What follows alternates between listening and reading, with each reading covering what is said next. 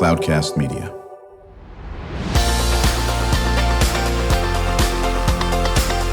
Drew Schlosberg Spotlight on the Community Show, amplifying the voices of social impact organizations, entrepreneurs, local nonprofits, and other community champions who shape the culture, creativity, and connectivity of San Diego. Brought to you by Mission Fed Credit Union, bringing good things to San Diego for over 60 years. Learn more about what is good for you and good for all by visiting www.missionfed.com. I'm Drew Schlosberg of Cloudcast Media, and we are thrilled to have this gentleman making his third appearance. Really appreciate that. So many great things this gentleman is doing with this phenomenal organization, the Conrad Prebys Foundation. That is the CEO and President, Grant Oliphant. How you doing, Grant? Drew, I'm great, and thanks for having me back. Well, you got so much great content to share for our community, and wait to get right into it. And joined by my longtime friend and colleague and frequent guest co-host, that's Neville Billimoria, Senior VP of Marketing and Community Relations for Mission Fed. Neville, it's always an honor to have you sit next to me when these shows pop up every Friday. Thank you, Drew. It's a pleasure to be here. So I'm going to get to the most important thing that we're going to talk about here is Grant being a grandfather. Okay. That is it's very important. First one? Yes. My son and his wife had a little baby boy now 6 months ago. And yes, our first. And it's a transformative experience, as people have told me. Right. And they live where?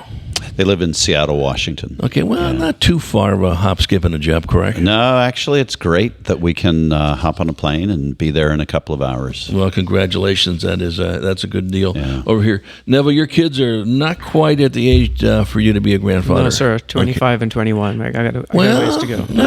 Well, we'll see. We'll see on that. So, Grant, again, for our audience, the ones, the very, very few, probably in there, a handful, that don't know the mission of the foundation, why don't you give us a little bit of a rundown? Yeah, so the Conrad Prebys Foundation has been set up to help San Diego achieve its potential in terms of being an equitable, inclusive, and dynamic community for everyone who lives here. Yeah, and your footprint is big, and I want to congratulate you on, I got the $8.1 million was just distributed to some of the health organizations. We just rolled out a program called the SHARE Initiative to direct money to frontline healthcare clinics working in the parts of the county where people are struggling the most to get access to quality care. And the whole idea with this initiative was to do what we could to help make sure that the clinics serving those folks have the resources that they need and the people that they need in order to meet the demand that they're experiencing. Right, and I looked at the list and I go, my goodness, I recognize these. About 3 or 4 of them have been on the show over the years too, and done some great work. Well, one of the pleasant surprises, if I can just interject, one of the pleasant surprises for me about San Diego is the robust network of community healthcare clinics that exist here, and they're an extraordinary resource. They are desperately needed, and they serve people incredibly well. And it's a pleasure for us to be able to support them. Yeah, no, they do a great work, and I think one of the things that you can hang your hat on in San Diego, that we do have those community health areas, and they stretch wide. Their reaches into the communities out there, some of the rural communities that don't necessarily get some of that health care as well on that. Talk about Oliphant's blog. Oliphant's blog. Well, that sounds like a bad name of a bar, but that'd be grog. Yeah, I guess. But what we're trying to do is through all of the media that are available to the foundation is tell the story of what we're seeing, and our blog is. Which is really the Prebys Foundation's blog, is a resource for us to tell the story about people that we're encountering, issues that we're coming up against, and priorities that we think are important. Yeah, Neville, I know you and Grant worked on a big project recently with Cause Marketing and so forth in this area, if I'm not mistaken. It was the Cause conference, and right. Grant had fairly recently come to San Diego, and was kind of picking up the landscape, and we hit it off right away because we really did. The values and the alignment was just perfect, and as he just did like 30 seconds ago, right? He knows the difference between the hero, the mentor, and the gift. He's putting all the love on the community health centers, not on the Conrad Prebys Foundation.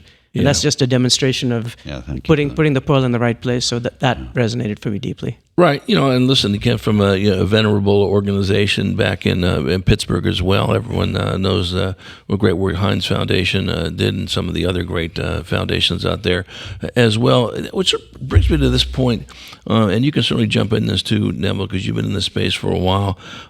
Talk about the state of philanthropy in San Diego as it compares to where you came from back east. Yeah. So, first of all, I just want to say I've been here a little over a year now, and I love this town. I think it's got interesting challenges. Let's be honest, that it's got real problems. Sure, but they're interesting in a way that makes the work fascinating, and they represent enormous opportunities for the city and for the larger county. And when you're doing the sort of work that I'm privileged to do, that's what you're looking for, and you're also looking for people in the community who are really engaged in trying to change the life of that community. So that brings me to your question about philanthropy here.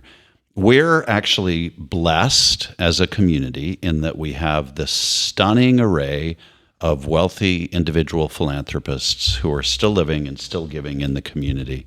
And that is an enormous blessing. And we're on the cusp of having more institutional foundations come into being, like the Conrad Prebys Foundation. And in the future, we'll have more of those foundation partners along with individual donors.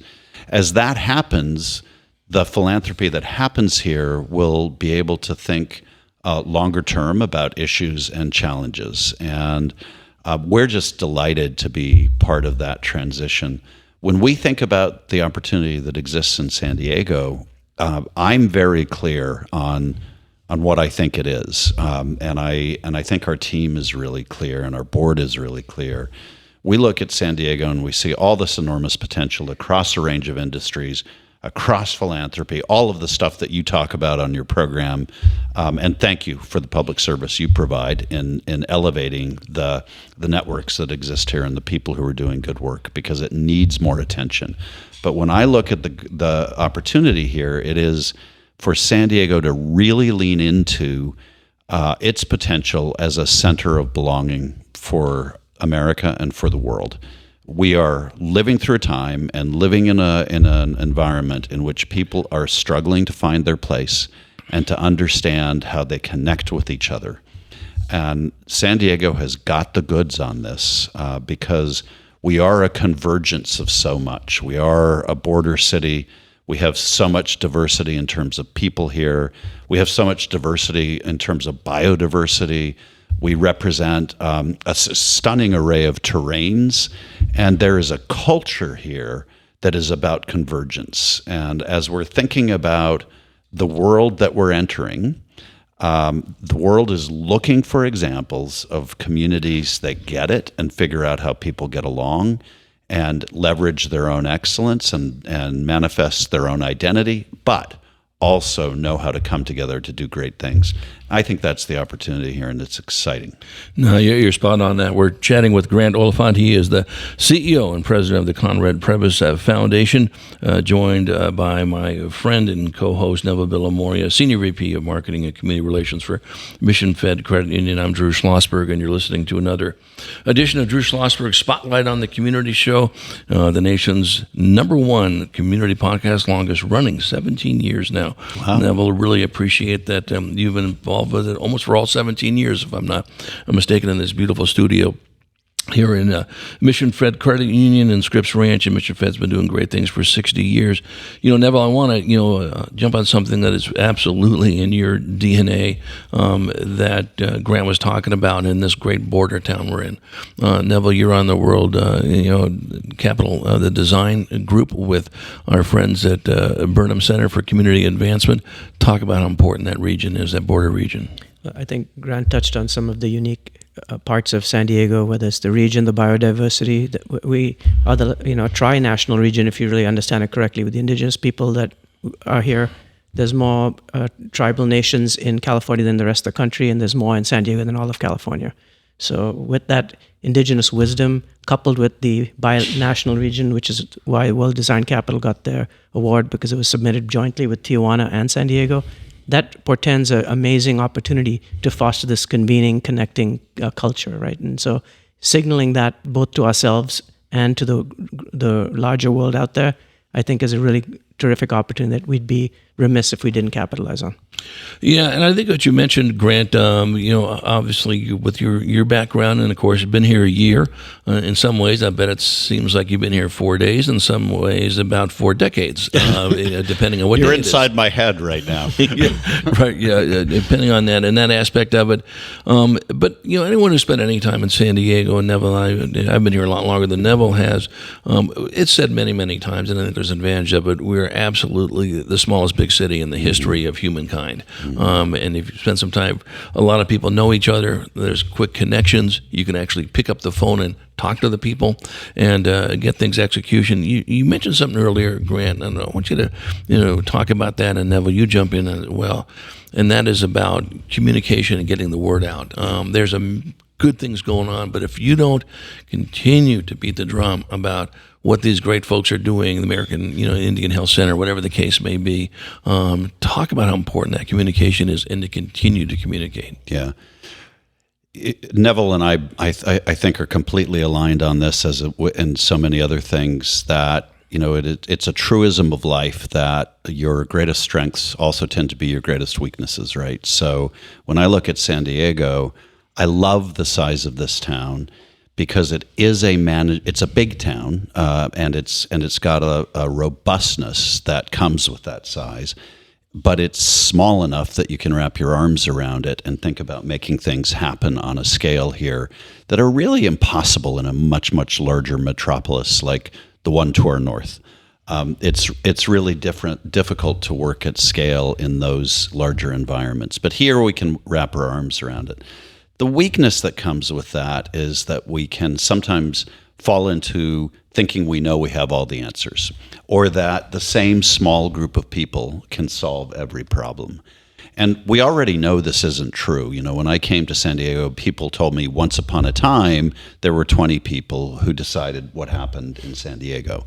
And like most places in America, there's still a memory of that and a realization that does not apply anymore, nor should it apply. The San Diego of the future has to be multilateral and involve lots of people from lots of different backgrounds.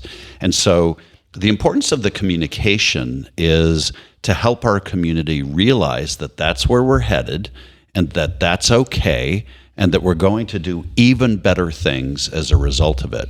What it also requires is very good communication among all the people who are contributing leadership in the community. That's actually why I think your podcast is important. It's why I think that the Cause Conference that Neville and I were involved in was important.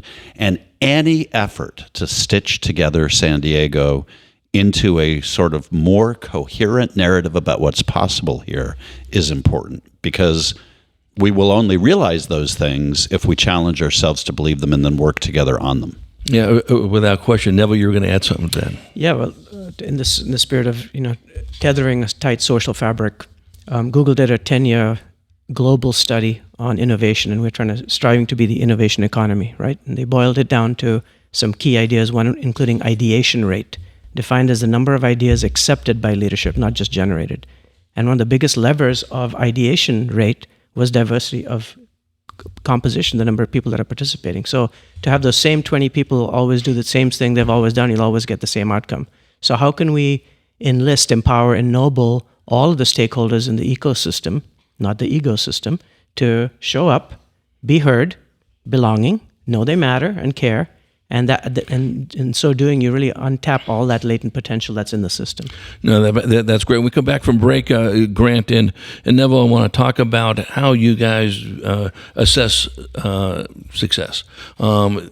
We did X. This is how we know it's in the right direction. And sometimes you don't know it's in the right direction until you get out there and right. Have the feet on the ground. And maybe sometimes you have to make a pivot on that. But I know, Neville, that's very important to you, and you too, Grant, is that having the metrics that you can say, this is where we want to go. Let's see, how do we adjust to get down there? And also, Grant, as you know, always want to leave some time. What can our listeners do to support your efforts? To obviously support the groups that you support doesn't hurt at all in that aspect of it, but what we can do as well. When we return with Grant Oliphant, CEO and president of the Conrad Prebys Foundation, joined by Neville Billimoria, Senior VP of Marketing and Community Relations for Mission Fed Credit Union. I'm Drew Schlosberg, listening to another edition of Drew Schlosberg Spotlight on the Community Show, the longest running community podcast in the nation, now in our 17th year. We're going to be right back from the beautiful Mission Fed studios in Scripps Ranch.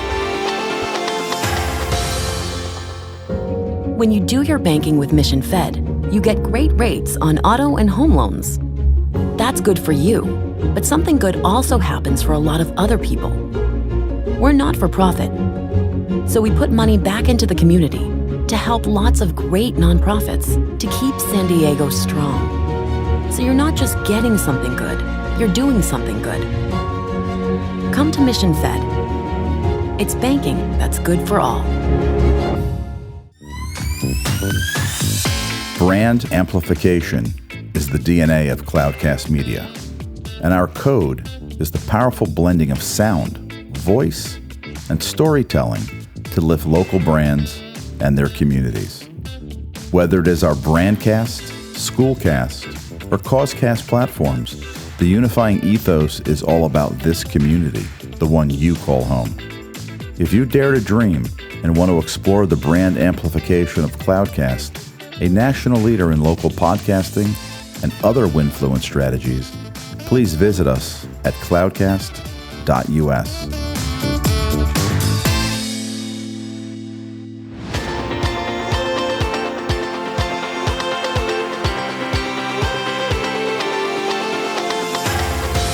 I'm Drew Schlosberg, and you're listening to another edition of Drew Schlosberg Spotlight on the Community Show here in Mission Fed Studio in Scripps Ranch, the headquarters of Mission Fed. They've been doing great things for 60 years. Honored to have back as a return appearance Grant Oliphant. He is the CEO and president of the Conrad Prebys Foundation, joined by Neville Billimoria, Senior VP of Marketing and Community Relations for Mission Fed. Grant, and you can jump in this too, Neville, talking right before, I know this is important to you. You love to have metrics that say, are we doing the right thing? Sometimes you don't know until you do some pivoting and all that. But talk about how important metrics are to you folks at the foundation. Well, one of the central values for my board and for me in this work is that we have an impact. It's wonderful to do philanthropy, but it really just becomes an act of giving something away if you're not thinking about what that money actually does. So we think a lot about what impact looks like, and you have to think about it differently in each case. So, for example, we talked about the community health clinics in that area. We can know with some degree of certainty whether more people are being served, whether more staff are being hired who are culturally competent to serve that population. And longer term, we can actually track whether there is better care being provided, and there are ways of doing that. We're about to launch a medical research fellowship in which we're really looking to support the diverse range of talent that exists in the medical research community here.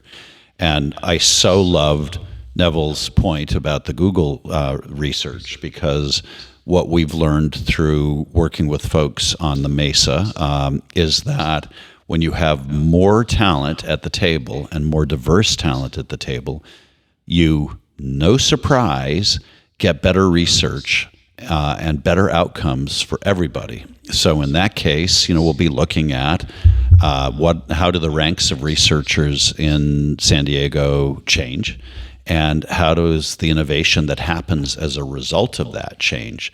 The one you can measure in a couple of years. The other you got to wait 5 years. But we're going to be looking at all of that in every aspect of our work because we think that impact matters. Absolutely, Neville. So I think the second time I got a chance to hear you speak was the state of nonprofits. And so back to the data, right? At San Diego Nonprofit Institute at USD does the annual state of the nonprofits. And many of the things we identified there. So upskilling leaders, we recognize a gap in the perception of the quality of the leadership in the space. 2, closing the gap for those furthest from opportunity. This is the whole diversity, equity, inclusion conversation. 3, moving nonprofits from viability to impact. Precisely what you said. It's not just about keeping them around and keeping the plate spinning. It's like what outcomes and impacts are we generating? And then 4, moving philanthropy from generosity to justice, which I think is a theme and a trend that we're seeing emerge. So our ability to your point about the metrics, right? Just because they're easy to measure doesn't mean that's the right thing to do. And oftentimes we measure things just because they're easy to measure. These are complex systems thinking that oftentimes requires a long tail investment. This is not short-term quarterly stock reports. This is long-term humanity shifts. And so you have to be able to stay the course. You have to have the perseverance. You have to be able to have a win-learn, not win-lose mindset. And most of all, include everybody in helping solve the problem so that it's not just it's government's issue, it's the nonprofit's issue, it's business needs to take care of it. Those are antiquated ways of thinking in our estimation. And I would just add on top of that, Neville, that we expect to fail in some things, and it's actually built into the model, because if we're doing good, innovative work, then we should periodically fail and fall short of the goals that we set. That's not our goal, obviously, but it's a reality. And the only way we learn from that and identify better ways of moving forward is if we're tracking the impact the way that you just outlined. Yeah, I think that's spot on. We're chatting again with Grant Oliphant, CEO and president of the Conrad Prebys Foundation, joined by Neville Billimoria, senior VP of Marketing and Community Relations for Mission Fed. I'm Drew Schlosberg, and listening to another edition of Drew Schlosberg Spotlight on the Community Show. Something that's near and dear to my heart, as you know, Grant, through my work with the Classroom of the Future Foundation, and Neville does too, and that is career ladders, having pathways. Whether it's with our artists, whether it's with health folks, whether it's with finance, doesn't make a difference. And getting that youth engaged that there's more than one way to get to this path, okay? Yeah, right. And you can, high school to work, or community college to work, or community college to 4-year school and all that business. But I think what's great, and I know it's certainly in your DNA, just the way that you and the foundation work, is that making sure those youth have those opportunities and know, listen, there's more than one way to get to this career. Talk about how important that is.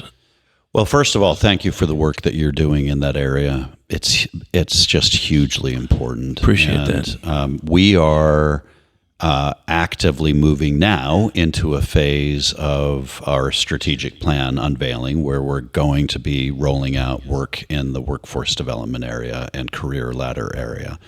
And what you just pointed to is so near and dear to my heart, because what we have learned, and if we look around society today and at the challenges young people are facing, they really are in so many ways facing a challenge of purpose and belonging in their world, and they're wondering what kind of world exists for them, what their place is in it, and how they can get there. And all what they know is that all of the old pathways are jumbled. The classic model of you work hard in school, you go to college, you emerge, and you get a fabulous job works for some people still, but it doesn't work for everybody. That's right. And we have a generation of young people now in all kinds of fields who need different pathways, and for whom different pathways make a lot of sense, because they will be more direct, they will come out with less debt, they will be connected to real opportunities that pay them a living wage. We have to go back to the old-fashioned idea of connecting young people with purpose and opportunity, which was something I spoke about early on when I came here, but it's just coming alive in this work for me. And I can only say I applaud what you're doing. Well, we're excited to be shoulder to shoulder with you on that. And Neville, listen, this is literally into that DNA of Mission Fed in you as well on this aspect. Well, yeah, we do all believe that education is the great leveler, and our demography should not determine our destiny. But the old model of degrees is antiquated. It's about skills. And thanks for raising and elevating this conversation to how do we challenge the status quo systems all the way from early childhood, childcare, frankly. Where think about single moms that need have the devil's bargain of, do I go work or do I pay for childcare? How do I navigate that? All the way through the educational system, which arguably is moving from, they think they're in the teaching business to we're in the learning business, to know it's student-centered now, what matters most, which is where the purpose kicks in. And then identifying from a strengths-based, not a deficit-based model, what the talents, gifts, passions, abilities are of each person, and creating a scaffold and a way for them to get to where they need to be. And that's going to, look at cost of living in this city. What does one have to earn in order to actually continue to live here? And what happens when we can no longer support a whole infrastructure? What's that going to look like for us? I mean, that the downstream consequence of not addressing this is perilous. Yeah, and it's perilous for San Diego, and it's perilous for the country. You know, we have convinced at least 2 generations of young people that there's only one way to succeed, and only one type of job in which to succeed. And crazy. As I go around San Diego, you know, I have a board member who is passionate about the trades and auto mechanics, and I hear about that everywhere I go in town. I hear about the shortage of workers in healthcare, many of whom don't need a 4-year degree.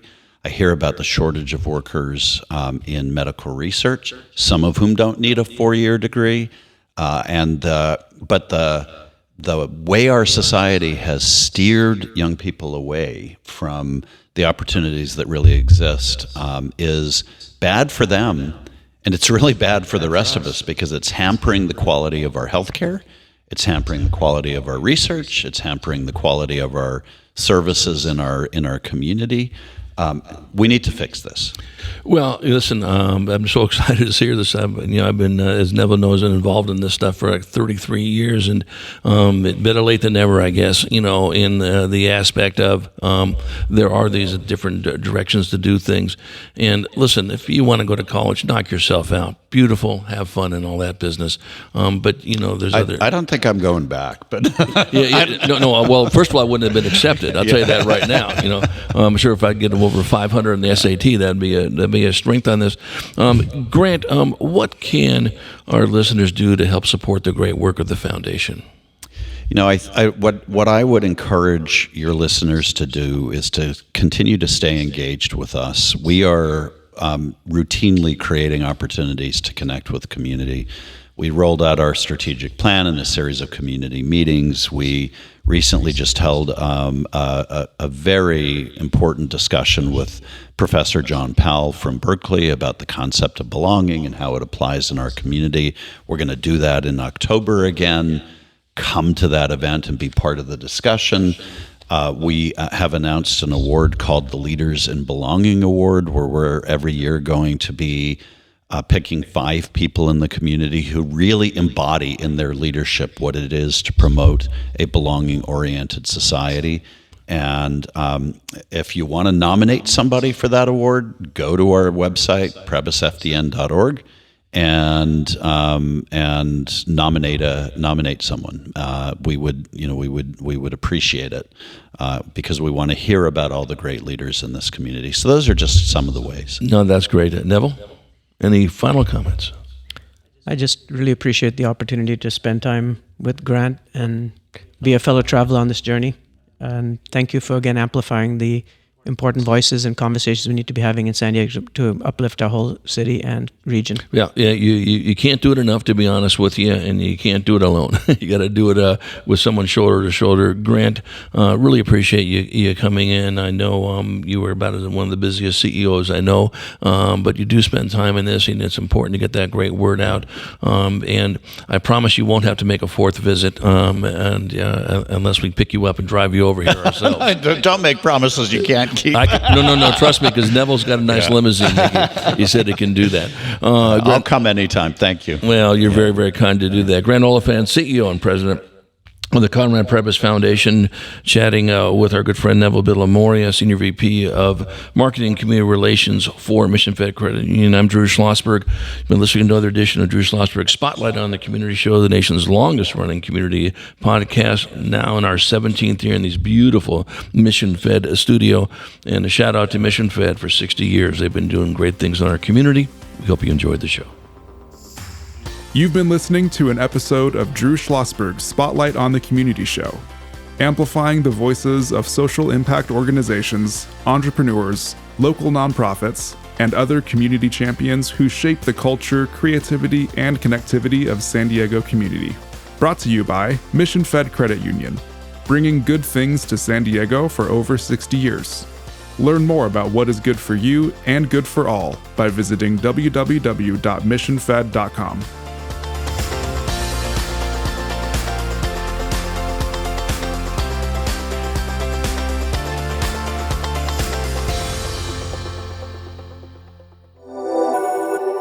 Cloudcast Media.